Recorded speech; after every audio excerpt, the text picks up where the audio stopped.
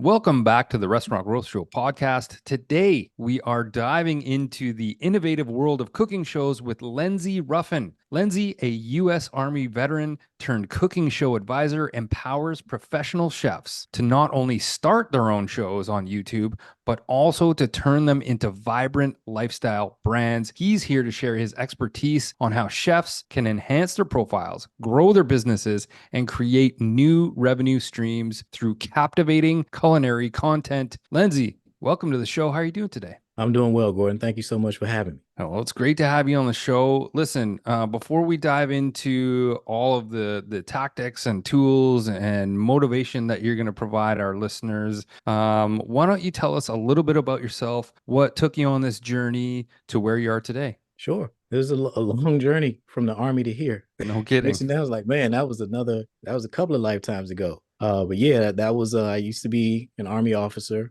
and they paid for college. I paid them back with my service. And then I went on my journey as an IT professional, which was what I went to school for. And that was my passion. I used to spend all my time in a data center, in the basement of buildings, tons and tons of huge machines, loud computers throwing off a bunch of heat. And I used to love it. That was my thing. Programming computers was my thing. And I did that for about 15 years. And then hit the wall eventually. Just the thing that I used to love. Mainly it was bad management. What happened was, the farther I ascended in my career, the less qualified my managers were to manage me. And it just became increasingly frustrating dealing with folks. They want me to do it their way. It'll take 3 months. If I do it my way, it'll take 3 weeks. And then when it's taken longer than what they wanted it to take, they want to blame me for doing it their way. Like, so it just, I just got tired of that. It just eventually, it was one of those deals where I got to be the person who I used to want to be when I started out. I want to be the guy that everybody comes to for everything. Cause the guy at the top. And when you get there, you're like, man, I don't like this. You get to the Spoken like top a of the mountain. true entrepreneur. Yeah. Yeah. And don't like the view. So I decided that I would quit and start a photography business because photography was my hobby. It was the only other thing that I knew how to do well enough that I could possibly make money at it. And so I started a headshot photography business. That was my introduction to entrepreneurship and learning the importance of marketing and sales, and that it's not good enough to just know how to do something. You have to understand business and know and have these business skills, primarily marketing. And so that was a really harsh awakening that I know a lot of entrepreneurs experience. You get really great at the thing that you do, and that's not enough. You got to be able to market it and sell it. So that's what got me into video, learning how to. That was when I first stepped from behind the camera to in front of it, to learn how to make videos to promote my photography business. And that's how I started teaching myself marketing. And then ultimately I had like a video production business on the side of my photography business, where I was teaching other business owners how to make videos to promote their businesses, because I'd learned how to do it myself. And then I just, okay, well, I can teach you how to do this. And so I was recording people. It was like a little side hustle. And then it just eventually, through iterations of the business, because it went from headshot photography to event photography, then to family lifestyle photography. All along, I'm developing more business skills, and I still had this side business going with the video production for small business owners. And ultimately that led me to doing a cooking show.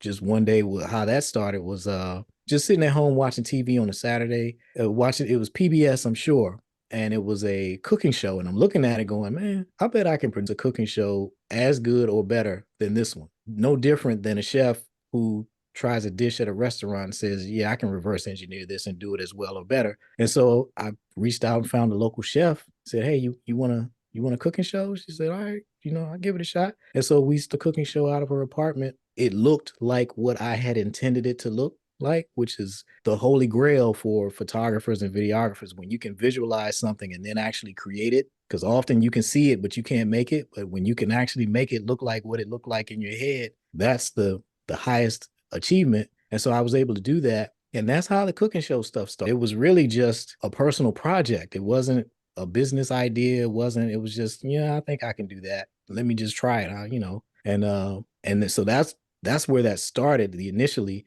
And then it didn't really begin in earnest until a couple years later, a year or two later when the pandemic happened and all these restaurants started shutting down. And I'm just trying to figure out, well, how can I be a part of the solution here? What can I do? If you can remember back when the early days of it, when we were all spraying Lysol on our packages because we didn't know how it was even being transmitted. Mm-hmm. Amazon makes this delivery, you spray down the packages and leave them in the corner in quarantine for a couple of days.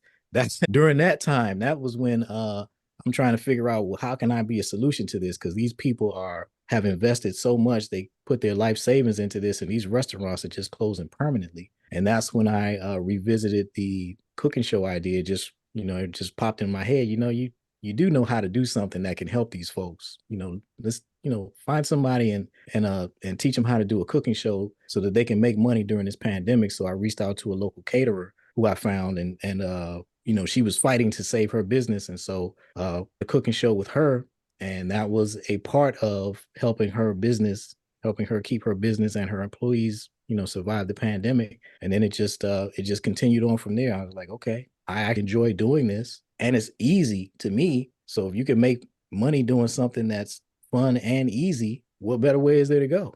Exactly. I love the model because listen, you're talking to a couple of marketers here too, and I know that marketing is really a driver for you when you're speaking with some of your clients. I think I was watching one of your podcasts. I think it might have been Grown Folks Business, and it's a one-on-one format. And I remember you were talking about email. And you need to get on email. And you can ask Jose here. I just hammer home email when we're doing consulting because it's so overlooked. And when I saw that, I'm like, I can identify with Lenzy because a lot of people are missing the mark on email marketing. Most there's a 40x return on investment come to social media marketing, and the overwhelming majority of small business owners are not using it. It's the simplest, easiest way to communicate. I tell my clients, your number one goal with marketing is not making a sale, is collecting an email address, Hmm. because now you have the opportunity to communicate with them in perpetuity, and you have unlimited opportunities to make a sale. So we're not even trying to make a sale on our first interactions. We're trying to capture an email address, because otherwise you may, for most people, that one interaction, whatever that post they saw and they clicked the link and went to that page, that's, if you don't collect their email address, that's the last time you're ever going to see them, because we're in a busy world full of distractions. So you collect that email address, now you have the opportunity to engage them. And so many people are worried about spamming people. Oh, I don't want to be, I'm like, if you don't want to spam people, then don't spam people. Send them useful, relevant emails, and they will be happy to stay on your list. If the emails they receive from you add value to their life, it helps them move closer to a solution that they're looking for, or move farther away from a problem that they're having, they will stay on your email list and they will welcome your emails. It's everybody who thinks email marketing is bad or could be bad is subscribed to somebody's email list. There's some business that is delivering emails to them on a regular basis because they're on their email list, and they haven't unsubscribed because they don't feel like they're being spammed. So yeah, it's especially for food industry professionals, restaurant owners, one weekly email will do so much more for you than wasting a bunch of time posting on Instagram and TikTok and trying to figure all these things out. You can just send one email a week to people who want to hear from you and deliver to them your weekly newsletter with your cooking show as the flagship centerpiece, the anchor content for that newsletter. If you're having, for a restaurant owner, if you're having promotions this week, or a catering business owner, when we get towards holiday season, think like Thanksgiving, if you're going to sell turkeys or something like that, your email list is how you can sell that stuff out early. So if you want to sell, let's just say 200 birds, you put that out to your email list starting in, I like to have those going out, let's see,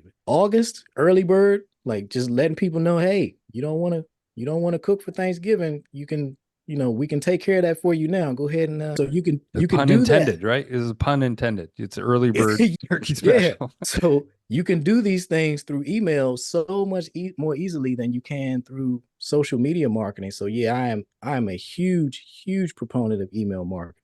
I love it. I absolutely love it. And there's one thing that majority of restaurant owners and operators have that they are not utilizing is an email list. And we talk about, you need to get that email, but these restaurants already have their email because they're subscribing to third-party delivery, they're subscribing to newsletter already, but they're not doing anything with that email list. So, Yep. guys, get on the email. It's the ROI. Lenzy is not lying, is massive, and it's way more effective than social media marketing and way less expensive than Google ads or Facebook ads. So get on that email. So switching gears a little bit here, I can talk about email all day. And thank you, Lenzy. Same You took here. a lot of words out of my mouth because I speak the same type of things about email. So thank you for that. Listen, let's get back to cooking shows. Lenzy, can you break down the first steps a chef should take when they're looking to launch their own cooking show on YouTube? Number one, start your YouTube channel, which is easy. If you have a Gmail address, you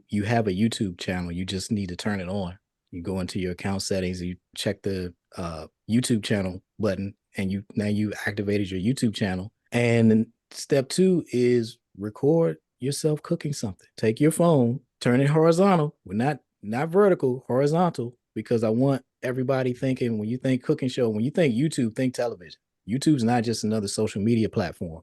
In the U.S. households, YouTube is the number one streaming service, not on the television, not Netflix. More people are streaming YouTube to their television than they are Netflix. So when you think YouTube, don't think it's the same as Instagram and TikTok. No, YouTube, you're putting yourself on the big screen TV in people's homes. So we are going to turn our phones horizontal so we don't have these black bars and all this wasted space. And really, that's it. To get started, put your phone on a tripod, press record, cook something, and teach people what you're doing. It's no more complicated than that. There's more to it to develop your show, to monitor to a business and everything, but to get started is as simple as pulling out your phone, put it on a tripod, press record, start cooking, and teach something. It sounds simple, yet so many people they have that block. They're just like, I'm not ready yet, or my background isn't lit properly. I don't have the right sound, and all of these wonderful things. No, just get started. The same with the podcast. Yep. Same with deal with this podcast. We just started. We're gonna figure it out as we go. So go ahead, Jose. Yeah, no, I was just going to say that even easy is that everybody's recording videos already for other things, and it should not be that different.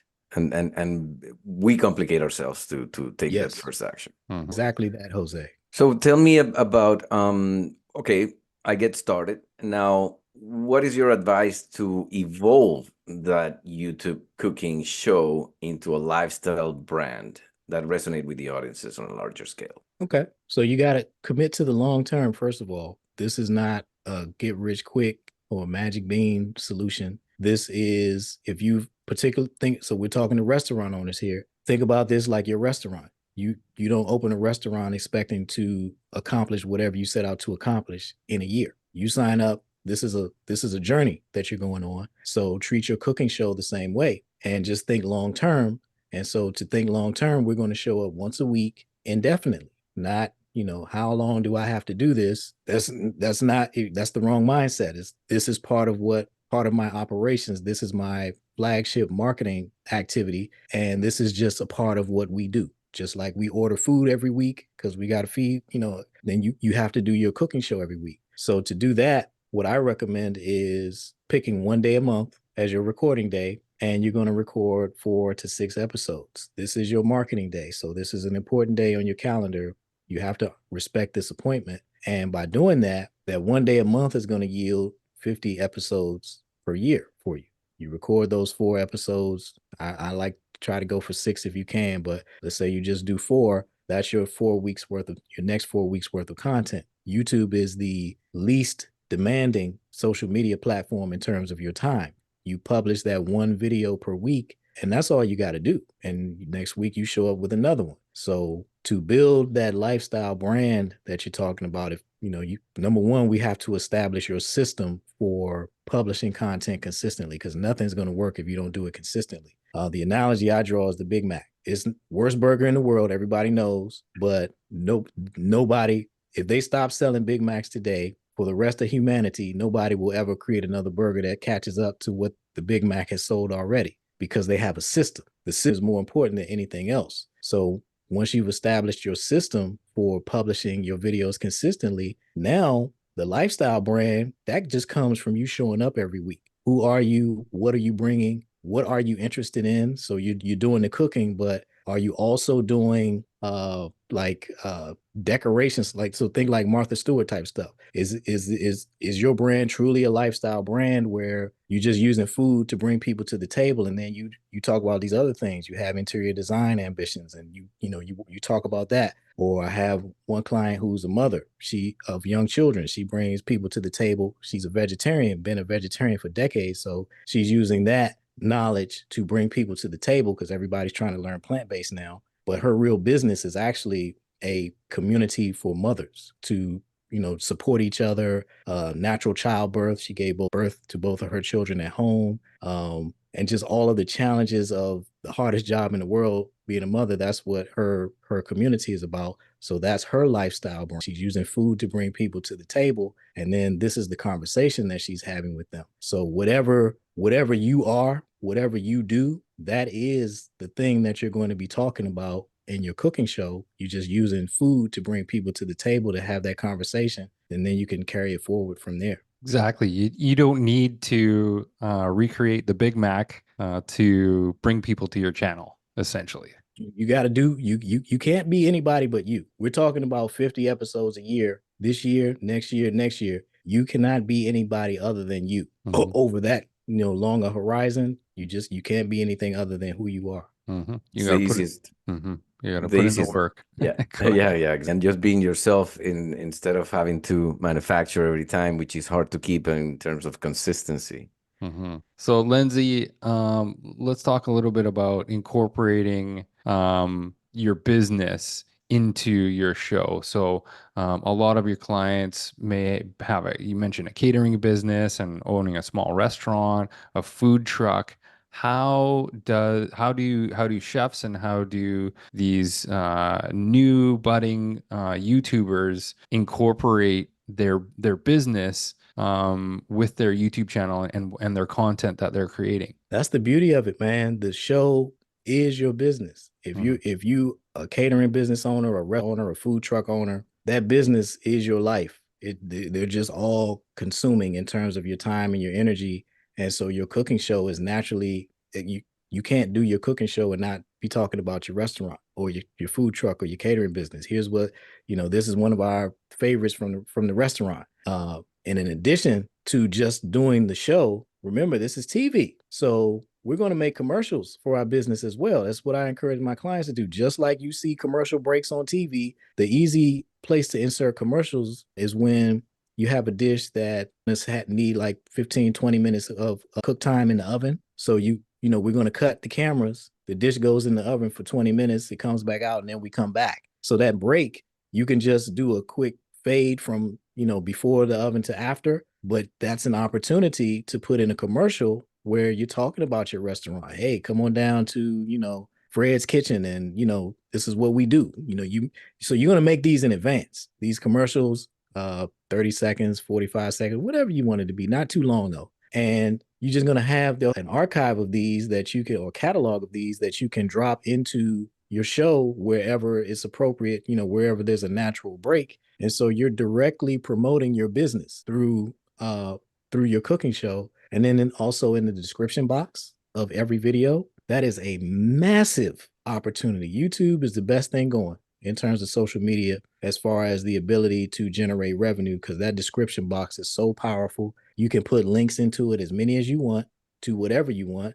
You have 5,000 characters of text that you can put in there, so you can explain, what this link is, and give people reasons to click. You can so a link to your website. If you have a restaurant, put the address to your restaurant so people can come visit. If you sell a cookbook or sauces or spice blends, any packaged goods that you offer, links to that in the description. If you sell merch, you got t-shirts for your restaurant, and all of that goes in the description box of every single video. So with each of these videos, you have you're creating a library of independent revenue generating assets. Each video, each description box of each video, these are just bricks, and you're just stacking bricks. And eventually over time, 50 episodes a year, you've built 4 walls, and this brick wall is these 4 walls are getting higher and higher. And each one of these bricks is a revenue generator, an independent passive revenue generator for you.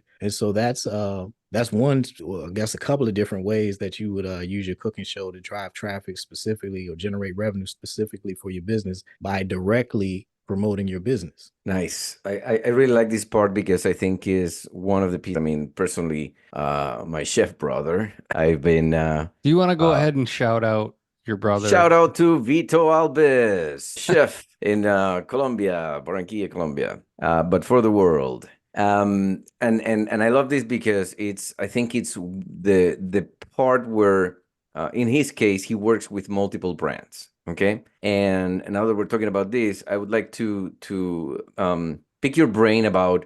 Okay, so you have all these relationships, you have all these products, and you're using their products and you're displaying them. So the strategy of building the ads, fantastic. Now, what and I'm not sure, but I would like to pick your brain. How do you build a relationship with these brands?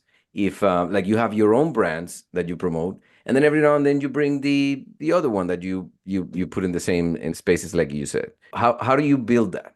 You build the audience. So you show up every week. Going back to that, once you've shown up every week, often frequently enough or over a long enough period of time, and you've built an audience, you now have an asset that brands want to leverage. You gotta do the work to build the audience. And a lot of people get that wrong. They start out wanting sponsorships, and I'm going to sponsor for what? They're going to pay you to get in front of who? You have no. So let's build an audience first. Let's show up every week and build our audience. And now you have the opportunity to reach out to sponsors. And depending on what you're doing and what you've created, they'll start reaching out to you. They will see who you are and what you're doing and want to be a part of that. And they will reach out to you for those sponsorship opportunities. But it starts with building the audience. You got to put the work in to have something that would be interesting, appealing to a sponsor. They're doing this to make money. So you got to have something, an audience that they feel it would be profitable for them to invest in you because they're going to get more money back than what they put in. I'm really glad you brought up your audience. So what are some key tactics for engaging an audience and increasing the viewership? How do you leverage the audience that you've built up? What kind of ways are you engaging with them? Is it just a matter of, commenting and liking, or what's your advice there? The simple is, people are going to get tired of hearing it, but if showing up weekly is the most important thing that you can do. The people who are fans of your show, just by showing up weekly to give them more of what they enjoy, that's the number one thing you can do to engage. Show up regularly. And so many people get this wrong. Like, you'll see YouTube channels.